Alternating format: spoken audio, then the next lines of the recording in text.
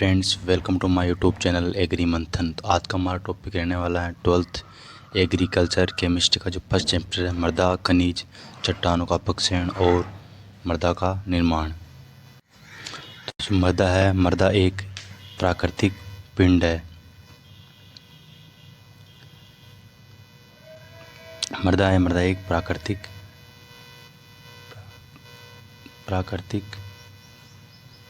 पिंड है जो पृथ्वी की सबसे ऊपरी सतह है, जो पौधों की वृद्धि के लिए पोषक तत्व व पौधों को सहारा प्रदान करती है। जो मृदा है, मृदा शब्द की उत्पत्ति लैटिन भाषा के सोलम शब्द से हुई है, जिसका अर्थ है फर्श या फिर फ्लोर। जो मृदा है, मृदा शब्द लैटिन भाषा का शब्द है, जिसका अर्थ है फर्श या फिर फ्लोर, यानी कि पृथ्वी की सबसे ऊपरी सतह, जिसकी त्रिविमीय आकृति होती है। जो त्रिविमीय प्राकृतिक पिंड, जिसकी लंबाई, चौड़ाई और ऊंचाई होती है, यानी कि थ्री डायमेंशनल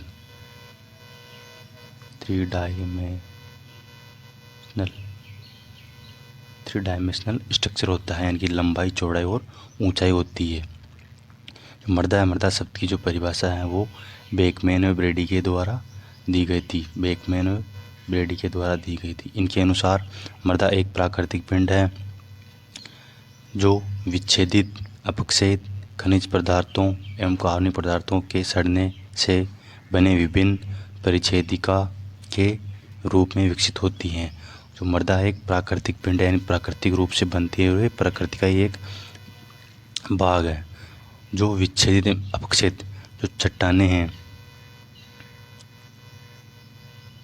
चट्टानों के विच्छेदन व अपक्षय यानी जो चट्टानें हैं वो टूटकर छोटे छोटे कणों में विभाजित हो जाती हैं। और जो कार्बनिक पदार्थ हैं, जिनका अपघटन जीवाणु, कवक व उनके द्वारा कार्बनिक पदार्थों का अपघटन होता है। तो चट्टानों के विच्छेदन और अपक्षयण और कार्बनिक पदार्थों के विच्छेदन से मृदा में एक परत बनती है, यानी कि संस्तर बनते हैं, जिसे सॉइल प्रोफाइल कहते हैं, जिसको संयुक्त रूप से मृदा कहते हैं। जब मृदा में कार्बनिक पदार्थ सड़ते हैं और चट्टानें टूटती हैं, तो जो मृदा में है, मृदा की सतह से खड़ा ऊर्ध्वाधर काट लगाने पर विभिन्न संस्तर दिखाई देते हैं, जिसे मृदा प्रोफाइल कहते हैं। तो कार्बनिक पदार्थों को सड़ने व विभिन्न परिच्छेदिकाओं के रूप में विकसित होती है, जो जल व वायु के मिलने पर पौधों को यांत्रिक आधार प्रदान करती हैं। जो ये परिभाषा है, ये बेकमैन व ब्रेडी के द्वारा दी गई थी। इसके बाद में मृदा की विशेषता। तो मृदा एक प्राकृतिक पिंड है जिसे कृत्रिम रूप से निर्माण नहीं किया जा सकता है। जी, मृदा के निर्माण में बहुत समय लगता है, यानी कि एक जो इंच मृदा है, एक इंच मृदा के निर्माण में 800 वर्ष का समय विभिन्न संस्तरों में विभाजित होती है। जो मृदा है वो विभिन्न संस्तरों में विभाजित होती है। इस मृदा की सतह है। जब मृदा की सतह से एक खड्डा खोदा जाए, यानी खड़ा ऊर्ध्वाधर काट लगाया जाता है इस तरह से, तब उसमें विभिन्न संस्तर दिखाई देते हैं। ऊपर वाले संस्तर वो ओ संस्तर होगा, नीचे वाला ए संस्तर, बी संस्तर, सी संस्तर तथा आर संस्तर। ये विभिन्न संस्तर है। जो नीचे वाला आर संस्तर है उसे बोलते हैं रॉक्स, यानी कि चट्टानें। इसके बाद में इसमें सी संस्तर में आते हैं पैतृक पदार्थ, यानी चट्टानों के टूटने से पैतृक पदार्थ बनते हैं। पैतृक पदार्थों से बी संस्तर का निर्माण होता है और बी संस्तर से ए संस्तर का निर्माण होता है। और ऊपर ओ संस्तर, जो कार्बनिक पदार्थ होते हैं, जितने भी कार्बनिक पदार्थ होते हैं वो ओ संस्तर में पाए जाते हैं, जो जीवाणुओं के द्वारा अपघटन होता है। इसके बाद में आते हैं पैतृक पदार्थों व जलवायु के कारण आकारिकी में जैविक व रासायनिक अंतर होता है। पैतृक पदार्थों व जलवायु के कारण आकारिकी में रासायनिक व जैविक अंतर होता है, यानी अलग अलग जो जलवायु उसमें अलग अलग प्रकार की मृदा पाई जाती है। जैसे शुष्क क्षेत्रों में लवणीय मृदा पाई जाती है, जो आर्द्र क्षेत्र है उसमें अम्लीय मृदा पाई जाती है। अब आते हैं मृदा के कार्य, फंक्शंस ऑफ सॉइल। मृदा के क्या क्या कार्य हैं, तो भूपट्टी एवं वायुमंडल के मध्य आंतरिक सतह है, यानी कि जो भूपट्टी है अर्थ क्रेस्ट, और इसके मध्य एक आंतरिक भूपट्टी और वायुमंडल यानी ये वायुमंडल है और एक भूपट्टी भूमि, इसके मध्य एक यांत्रिक सतह है जो ऊर्जा, जल, गैस, पोषक तत्वों का पुनः चक्रण करती है। पुनः चक्रण यानी कि रिसाइकल, जो ये पोषक तत्वों का रिसाइकलिंग करती है। जैसे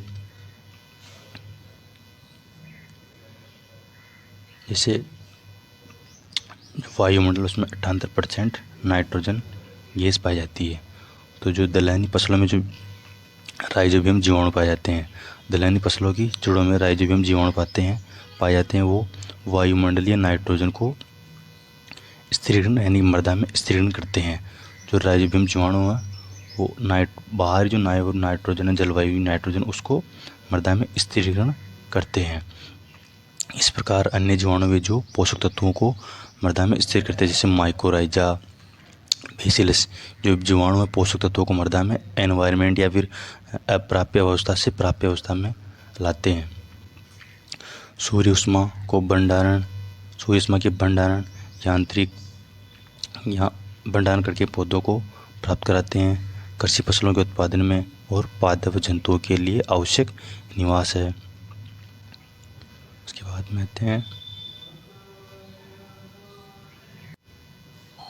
मृदा का अध्ययन, स्टडी ऑफ सॉइल साइंस। मृदा का अध्ययन वो दो रूपों में किया जाता है। पहला है पेंडोलॉजी तथा इंडेफोलॉजी। तो इन दोनों के अनुसार मृदा को अलग अलग प्रकार से परिभाषित किया गया है। जो पेंडोलॉजी है उनके अनुसार मृदा एक प्राकृतिक पिंड है जो मृदा के जन्म, निर्माण तथा वितरण से संबंधित है।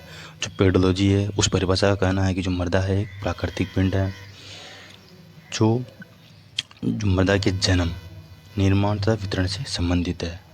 जो ये पेडोलॉजी का जो शब्द है वो वीवी डोकुचेव के द्वारा दिया गया था।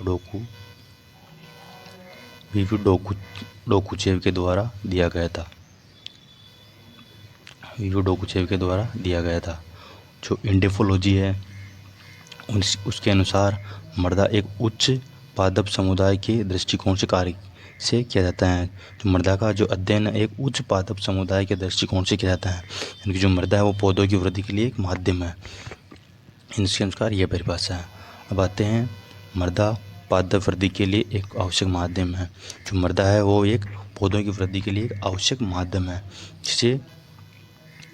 जिसे जलवायु, जीवी कारक और मृदीय कारक प्रभावित करते हैं। जैसे जलवायु में तो आ गया टेम्परेचर, वर्षा, और जीवी कारक में जितने भी जीव जंतु हैं, मनुष्य से लेकर बैक्टीरिया, वायरस, कवक, ये जीवी कारक। मृदीय कारक में मृदा की संरचना, मृदा का आकार, मृदा की कठोरता, जो तीनों कारक है वो मृदा को प्रभावित करते हैं। इसके बाद में आते हैं मृदा पौधों की वृद्धि के लिए दशाएं। पौधों की वृद्धि के लिए कौन कौन सी दशाएं होनी चाहिए। पहली है आवश्यक खाद्य तत्व, उसके बाद में दूसरी है जल के बाद में जड़ों के शोषण के लिए ऑक्सीजन,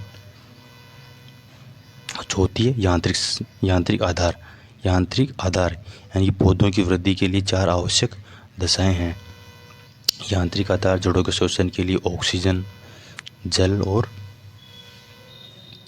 आवश्यक पोषक तत्व। तो आवश्यक पोषक तत्व में आ गया पौधों की वृद्धि के लिए जो आवश्यक पोषक तत्व वो 17 प्रकार के होते हैं। जो यानी 17 पोषक तत्व पौधों की वृद्धि के लिए आवश्यक हैं। इसमें से पोषक तत्व जब मृदा में एक या दो पोषक तत्व की कमी हो जाती है तो उसके लक्षण पौधे के ऊपर स्पष्ट रूप से दिखाई देते हैं। जैसे मान लीजिए ये पौधा है, अब जब नाइट्रोजन की जो कमी होगी, जो पौधों की जो नीचे वाली पत्तियां हैं, नीचे वाली पत्तियों पर नाइट्रोजन की कमी के लक्षण दिखाई देंगे, और जो ऊपर वाली पत्तियां हैं उस पर कैल्शियम तथा बोरोन के लक्षण दिखाई देते हैं। इस प्रकार जब किसी भी पोषक तत्व है उसके लक्षण विशेष रूप से विशेष जगहों पर दिखाई देते हैं पौधों की। तो पोषक तत्वों का वर्गीकरण भी दिया गया है। पोषक तत्व है जो वो संरचना के आधार पर, संरचनात्मक जो पोषक तत्व है उसमें 3 पोषक तत्व आते हैं, यानी कि कार्बन, हाइड्रोजन तथा ऑक्सीजन। ये तीनों संरचनात्मक पोषक तत्व हैं। इसके बाद में आते हैं मैक्रो यानी वृत्त, यानी जो बड़े न्यूट्रिशंस हैं इसमें आते हैं। ये 2 प्रकार के होते हैं, प्राथमिक तथा द्वितीयक, यानी प्राइमरी सेकेंडरी। माइक्रोन्यूट्रिएंट्स हैं वो 2 प्रकार के होते हैं, मैक्रोन्यूट्रिएंट्स हैं वो 2 प्रकार के होते हैं, प्राथमिक द्वितीयक। प्राथमिक आते हैं NPK यानी कि नाइट्रोजन, फॉस्फोरस तथा पोटेशियम, 3 होते हैं, यानी कि NPK। ये पौधों के लिए आवश्यक होते हैं। नाइट्रोजन है वो यूरिया के द्वारा दिया जाता है, फॉस्फोरस है सामान्यतः DAP के द्वारा पौधों को प्रोवाइड करवाया जाता है, और पोटेशियम है वो पोटेशियम सल्फेट या फिर पोटेशियम क्लोराइड के द्वारा प्राप्त किया जाता है। तो ये तीनों जो उर्वरक हैं इनका भी सबसे ज़्यादा उपयोग किया जाता है। इसके बाद में आते हैं द्वितीयक पोषक तत्व, उसमें आते हैं कैल्शियम, मैग्नीशियम, सल्फर। ये तीनों द्वितीयक पोषक तत्व, यानी कि इनसे कम मात्रा में इनकी आवश्यकता होती है। इसके बाद में आते हैं सूक्ष्म पोषक तत्व। सूक्ष्म पोषक तत्व यानी कि इनकी जो रिक्वायरमेंट होती है वो प्लांट को जो संरचनात्मक पोषक तत्व और मैक्रो पोषक तत्व यानी वृहद पोषक तत्व उससे कम मात्रा में आवश्यकता होती है, यानी कि इसकी बहुत सूक्ष्म मात्रा में रिक्वायरमेंट होती है पौधों को। इसमें ferrous, manganese, zinc, copper, boron, molybdenum, chlorine तथा निकल है। जिसमें जो फेरस यानी कि आयरन, जो पौधों को सर्वाधिक आवश्यकता होती है फेरस की पोषक तत्व जो सूक्ष्म। इसके बाद में दूसरी जो दशा है, आवश्यक दशा, वो है वाटर, जल, जो मृदा का प्रमुख अवयव है। जल की कमी से कोशिकाएं का विस्तार रुक जाता है, प्रकाश संश्लेषण में आवश्यक है। जो जल है वो पोषक तत्वों को मृदा में घुलनशील बनाता है, जिससे जड़ें पोषक तत्वों को अवशोषण करती है। मृदा ताप, मृदा वायु को नियंत्रण करता है। जो जल है, जो मृदा की वायु और मृदा का तापमान है उसको नियंत्रण करता है। जो मुख्य फंक्शन है, यानी पोषक तत्वों को घुलनशील बनाता है, जिससे जो जड़ें हैं पोषक तत्वों का अवशोषण करती है। इसके बाद जो तीसरी दशा है वो है जड़ों के शोषण के लिए ऑक्सीजन। तो पौधों की जड़ों को ऑक्सीजन मृदा से प्राप्त होती है। जो पौधों को जो ऑक्सीजन के लिए जो ऑक्सीजन प्राप्त होती है वो जड़ों से मृदा से प्राप्त होती है। तो मृदा में 20.3% ऑक्सीजन पाई जाती है, 79.01% नाइट्रोजन पाई जाती है, 0.3% CO2 पाई जाती है। जबकि जो मृदा में जो CO2 पाई जाती है उसकी मात्रा अधिक होती है, और जो वायुमंडल में जो CO2 पाई जाती है उसकी मात्रा कम होती है। यानी कि वायुमंडल में जो CO2 पाई जाती है उसकी मात्रा 0.03% होती है, जबकि मृदा में CO2 की मात्रा 0.3% होती है। यानी कि मृदा में कार्बन डाइऑक्साइड की अधिक मात्रा और वायुमंडल में कार्बन डाइऑक्साइड की कम मात्रा होती है। यांत्रिक आधार, जो मृदा की भौतिक रासायनिक दशाएं ऐसी होती है जिससे जड़ें गहराई तक जा सकें। यानी मृदा की भौतिक दशा ऐसी होनी चाहिए जिससे जड़ें गहराई तक जा सकें। ऐसी मृदा को आदर्श मृदा कहते हैं, जिससे अधिक जल धारण करने की क्षमता हो। यानी कि जो मृदा है उसकी वाटर होल्डिंग कैपेसिटी यानी कि जल धारण क्षमता अधिक होनी चाहिए, और अधिक आयतन में पोषक तत्वों को अवशोषण या फिर ग्रहण करने की क्षमता होनी चाहिए। जो मृदा है उसको, यानी कि जो अधिक से अधिक मात्रा में पोषक तत्वों को ग्रहण कर सके, ऐसी क्षमता मृदा में होनी चाहिए। इसके बाद में जो अगला नेक्स्ट जो पॉइंट है वो है मृदा अवयव। यानी कि मृदा है वो उसका निर्माण किन किन अवयवों से मिलकर होता है, यानी कि कंपोनेंट्स ऑफ सॉइल, कि मृदा का निर्माण किस किस चीज़ों से मिलकर होता है। तो मृदा के निर्माण के जो अवयव उसको 2 भागों में डिवाइड किया गया है। प्रथम अव्यय है ठोस अव्यय। ठोस अव्यय जो ठोस अव्यय वो 50% जो मृदा का भाग है उसका निर्माण करते हैं, जबकि जो 50% में दो अव्यय आते हैं, जल और गैस, जिसकी मात्रा 25% दोनों में होती है। जो 50% भाग है ठोस वाला, इसको दो भागों में डिवाइडेड किया गया है। प्रथम में आते हैं खनिज पदार्थ जो 45% भाग होते हैं, और दूसरे में आते हैं कार्बनिक पदार्थ जो 5% भाग होते हैं। यानी कि जो मृदा में कार्बनिक पदार्थ है जिसकी मात्रा केवल 5% पाई जाती है। यानी कि जो मृत जीव जंतु हैं उनके सड़ने गलने और जो फसल अवशेष है उनके अपघटन से मृदा में जो कार्बनिक पदार्थ पाया जाता है उसकी मात्रा केवल 5% होती है। ये 5% अधिकतम जो कार्बनिक पदार्थ है उसकी मात्रा जहाँ पर जो मिट्टी है, जहाँ की मिट्टी आर्द्र है, यानी कि जहाँ की वर्षा अधिक होती है वहाँ की जो मिट्टी में कार्बनिक पदार्थ अधिक मात्रा में पाए जाते हैं। जैसे कि राजस्थान की जो पश्चिम इलाकों है वहाँ पर जो मिट्टी है वो रेतीली मिट्टी है। रेतीली मिट्टी में कार्बनिक पदार्थों की बहुत कम मात्रा पाई जाती है, यानी कि 3% से लेकर 2% तक वहाँ पर कार्बनिक पदार्थों की मात्रा होती है, क्योंकि वहाँ पर बारिश नहीं होती है, वनस्पति नहीं होती, तो वहाँ की जो सॉइल है उसमें कार्बनिक पदार्थों की मात्रा कम होती है। जबकि जो आर्द्र क्षेत्र है अधिक वर्षा वाले उसमें कार्बनिक पदार्थों की मात्रा अधिक होती है। खनिज पदार्थ सॉइल का है वो 45% भाग का निर्माण करते हैं, और बाकी 50% में जल और गैसें आ जाती हैं। जल है उसका जो मृदा में जो निर्माण का भाग होता है वो 25% होता है। ऑक्सीजन का गैस हो इसमें सारी गैसें आ जाती हैं, ऑक्सीजन CO2 जितनी भी गैसें हैं वो सभी गैसों में आ जाती है, उसका भाग 25% होता है। बात करते हैं हम पृष्ठ मृदा एवं अवमृदा। जो पृष्ठ मृदा क्या होती है और अवमृदा क्या होती है। जो पृष्ठ मृदा है उसे सरफेस सॉइल कहते हैं, यानी कि जो मृदा पृथ्वी की जो सबसे ऊपरी परत है उसे पृष्ठ मृदा कहते हैं। पृथ्वी की ऊपरी परत जिस पर कृषि कार्य करते समय औजार मशीनरी चलाते हैं पृष्ठ मृदा कहलाती है। यानी कि जो मृदा की सबसे ऊपरी भूमि है जिसकी गहराई 0 से लेकर 15 सेंटीमीटर तक होती है उसे पृष्ठ मृदा कहते हैं, जिस पर फसलों का उत्पादन लिया जाता है तथा कृषि कार्य किए जाते हैं। इसके बाद में आते हैं अवमृदा। तो जो अवमृदा है उसे यानी जो पृष्ठ मृदा है उसके नीचे की जो सतह है वो अवमृदा आती है उसमें। तो पृष्ठ मृदा के नीचे की परत जो पैतृक पदार्थ तक गहरी होती है उसे अवमृदा कहते हैं। यानी कि जो पृष्ठ मृदा है, मान लीजिए पृष्ठ मृदा है, उसके नीचे आएगी अवमृदा और नीचे पैतृक पदार्थ। यानी कि जो चट्टानें हैं, चट्टानों के टूटने से पैतृक पदार्थों का निर्माण होता है और पैतृक पदार्थों से फिर जो अवमृदा और अवमृदा से फिर पृष्ठ मृदा का निर्माण होता है। यानी जो अवमृदा है वो पैतृक पदार्थ व जो पृष्ठ मृदा है उसके बीच की जो यूनिट है उसके बीच में पाई जाती है।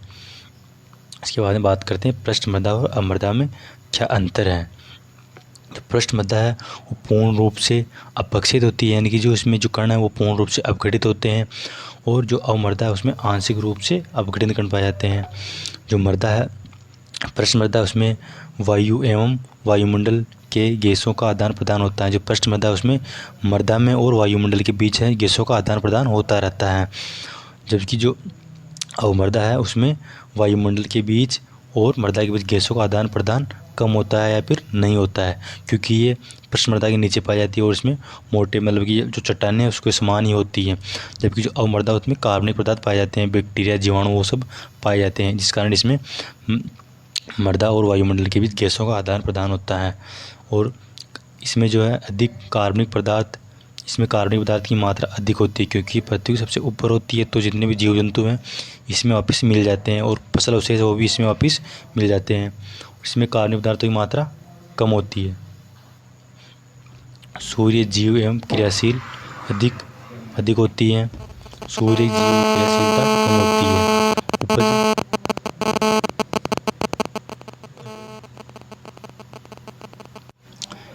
इसमें सूक्ष्म जीव की क्रियाशीलता कम होती है। इसमें जो सूक्ष्म जीव की क्रियाशीलता अधिक होती है उसमें सूक्ष्म जीवों की क्रियाशीलता कम होती है।